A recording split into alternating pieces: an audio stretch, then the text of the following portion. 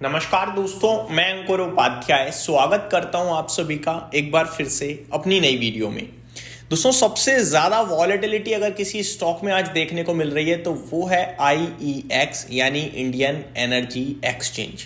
इस शेयर में आज भयंकर एक्शन हुआ है, मैं आपको बताना चाहूंगा। सबसे पहले स्टॉक ओपन होता है अराउंड 150 के समथिंग, फिर बनती है तेजी और ऊपर जाता है 160 रुपए तक। दिन के दौरान करीब करीब इस स्टॉक में 10 बजे एग्जैक्टली 160 का हाई लगाया है। फिर अगले 30 मिनट स्टॉक 160, 159, 158, 160 पे ट्रेड करता रहा। करीब 6% ऊपर था 160 के समथिंग और एग्जैक्टली 10 बज के 30 मिनट पे इस स्टॉक का क्लोजिंग प्राइस था 158 का। फिर आती है एक खबर, जिस खबर के बाद अगले ही 10 मिनट में शेयर का लो लगता है 141 का, यानी 160 से 141 हो जाता है 10 बज के 40 मिनट पे। ये शेयर अगले 10 मिनट में 20 रुपए साफ हो गया, यानी करीब करीब अगर डे हाई से काउंट करो आप तो 13% टूट गया ये शेयर। ठीक है जी। फिर स्टॉक में रिबाउंड आता है अगले 15 मिनट तक और रिबाउंड में स्टॉक 154 जाता है 10 बज के 55 मिनट पे। फिर वहां से दोबारा फॉल स्टार्ट होता है और गिरावट में अभी स्टॉक 143 ट्रेड कर रहा है। अगर आप इसका रिवर्सल देखें ना 10:55 पे तो एग्जैक्टली 20 EMA के पास तक गया और वहीं से घूम गया। जैसा कि मैं कहता हूं कि 20 EMA तक आता है फिर चीज नीचे चली जाती है, और जब 20 EMA से बहुत ऊपर हो जाती है वो चीज तो वापस 20 EMA के पास आती है और फिर दोबारा ऊपर जाती है। वही इस स्टॉक में आज हुआ है। अब सवाल ये उठता है कि इतनी वॉलेटिलिटी, इतनी बड़ी मूवमेंट क्यों? तो दोस्तों, आज 9 जनवरी है, मैं आपको याद दिला दूं, फ्राइडे है। आज इसके लिए बड़ा इंपॉर्टेंट दिन था क्योंकि आज के सेशन में ही एप्टेल ने कहा था कि हम पूरा का पूरा ऑर्डर और डिसीजन भी दे देंगे, लेकिन आज कोई डिसीजन नहीं आया। पहले एक खबर आती है और वो खबर क्या थी वो समझना ही मतलब अपने आप में नेक्स्ट टू इम्पॉसिबल टाइप था। मैं आपको बताता हूं क्या न्यूज थी।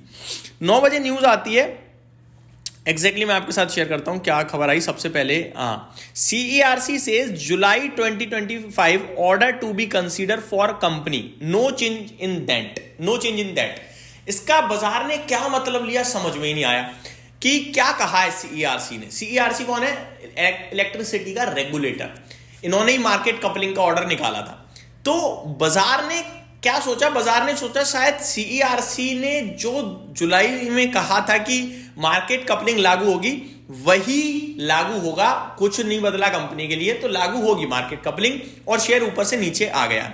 फिर एक खबर आती है कि मार्केट कपलिंग के केस में CERC lawyers seeks for more time to respond withdraw of coupling order, यानी कपलिंग के ऑर्डर के ऊपर एप्टेल को जवाब देने के लिए CERC के जो लॉयर्स हैं वो थोड़ा और समय चाहते हैं। तो बाजार फिर कंफ्यूज हुआ, ये क्या केस है। फिर शेयर उछल गया, जो उछला था वो वापस धीरे धीरे नीचे आने लगा। करंट सिचुएशन में शेयर दोबारा डे लो के पास खड़ा है। मैं आपको एक चीज बताना चाहता हूं, करंट सिचुएशन क्या है वो समझ लीजिए।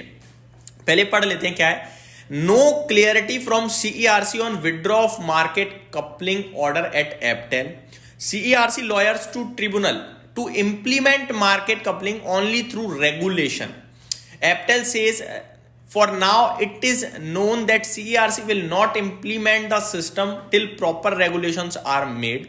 The Aptel registrar says to the CERC lawyer that when making regulation on market coupling, the CERC does not have to be bound by the ongoing case and decisions should be taken independently of this case on market coupling.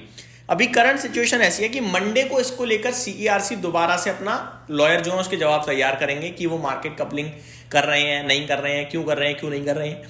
इसके ऊपर एप्टेल में जवाब देंगे और Monday को अब answer आएगा। तो पहली बात तो ये मंडे तक टला है। दूसरी बात, अभी कुछ क्लियरिटी नहीं है कि मार्केट कपलिंग हटेगा या लगेगा, क्योंकि रेगुलेशंस के तहत लगाने की बात चल रही है और रेगुलेशंस कब बनेंगे, कब तक नहीं बनेंगे, कौन लगाएगा, कैसे करेगा, कुछ नहीं पता है।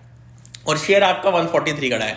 दोस्तों, मेरा मानना यह है कि ये स्टॉक इस समय डेंजर नहीं, ये स्टॉक है बिजली कि आप वो 11,000 के वोल्ट होता है ना कि आप अगर इतनी 1 मीटर दूरी से भी उसके पास पहुंचे तो अपनी तरफ खींच लेगा आपको और खत्म कर देगा। ये वो केस है इस समय। लेकिन आपको भी याद होगा, मुझे भी याद होगा, इन्वेस्टर्स के रूप में मैंने आपसे 142 रुपए पे ही एक्जैक्टली निवेश के लिए कहा हुआ है। तो काफी लोग कहेंगे भाई आप तो बड़े बुलिश थे। लॉन्ग टर्म 1 साल, 1.5 साल, 2 साल के लिए मैं बुलिश हूं। और मैं आपको एक चीज और बताता हूं, अगर मार्केट कपलिंग लागू होने की खबर आती है मंडे को या पोजिशनली जैसे भी कभी भी, और ये स्टॉक टूटता है तो वो एक फाइनल लेग ऑफ बाइंग होगी, फाइनल अपॉर्चुनिटी होगी। ठीक है, और अगर खबर पॉजिटिव आ जाती है, शेयर भाग जाता है, तो मौका छूट चुका है। अब कहेंगे काफी लोग तो भाई क्या लेके बैठ जाएं, इसके लिए आपके पास डिसिप्लिन और पेशेंस होना चाहिए, और फिर आपको यह भी समझ में आना चाहिए कि आप एक नेगेटिव खबर वाले स्टॉक की तरफ बढ़ रहे हो आगे। तो ये सारी चीजें आपको पता होनी चाहिए, तभी आप ध्यान दीजिए। अदरवाइज आपको अगर रिस्क फ्री कहीं दिख रहा है बाजार तो ठीक है, वरना पूरा बाजार ही इस समय तो बहुत डेंजर हो रहा है। आप अपना पैसा बैंक की एफडी में कर दोगे, वहां भी बन रहा है, कोई दिक्कत नहीं है, यहां से ज्यादा बन रहा है। और तो मेरा मानना यह है कि अगर कोई ऑलरेडी इन्वेस्टेड है तो उसको बेचकर नहीं जाना चाहिए। उसे यह समझना चाहिए कि CARC जो भी करे, एक या तो मौका मिलेगा मुझे, या फिर मेरा शेयर ऊपर जाने लगेगा, क्योंकि गिरने का मतलब नहीं बनता। 12,500 करोड़ पे पूरा एक्सचेंज थोड़ी मिल जाएगा मुझे किसी भी फील्ड का। ये 12,500 करोड़ पे मुझे पूरा एक्सचेंज मिल रहा है इलेक्ट्रिसिटी का, पावर का। तो ये मेरा मानना है, जिसकी तहत मैं इस पर बुलिश हूं। तो ये मेरी तरफ से डिटेल्स थी, उम्मीद करता हूं वीडियो पसंद आई होगी। Thank you so much for watching this video. Have a great day guys.